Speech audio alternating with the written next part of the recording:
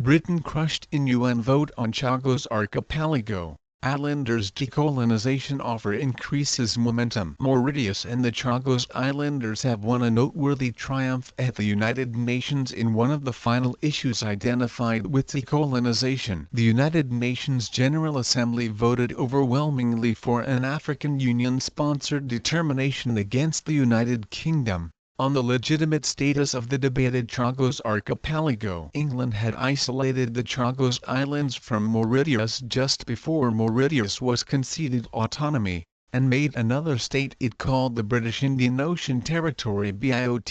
The Chagos Islanders were coercively ousted from their homes and dumped in Mauritius and Seychelles with no pay. The question obtained a more extensive measurement once an American Army installation was set up on Diego Garcia, the biggest island in the Chagos archipelago. India has been a firm supporter of the Mauritian claim to the islands and had emphatically contradicted the foundation of an American maritime base only 1,200 kilometers from the Indian Drift. The Chagos Islands lie only 500 kilometers west of the Maldives. Record picture of Diego Garcia, the biggest island in the Chagos archipelago. Reuters. Mauritius and the banished Chagos Islanders have battled a long fight for redressal through the previous 5 decades. The UN General Assembly has now alluded the issue to the International Court of Justice for an assessment on the legitimateness of British activity on isolating the Chagos Islands from Mauritius. The determination got 94 votes in support with 15 against and 65 abstentions.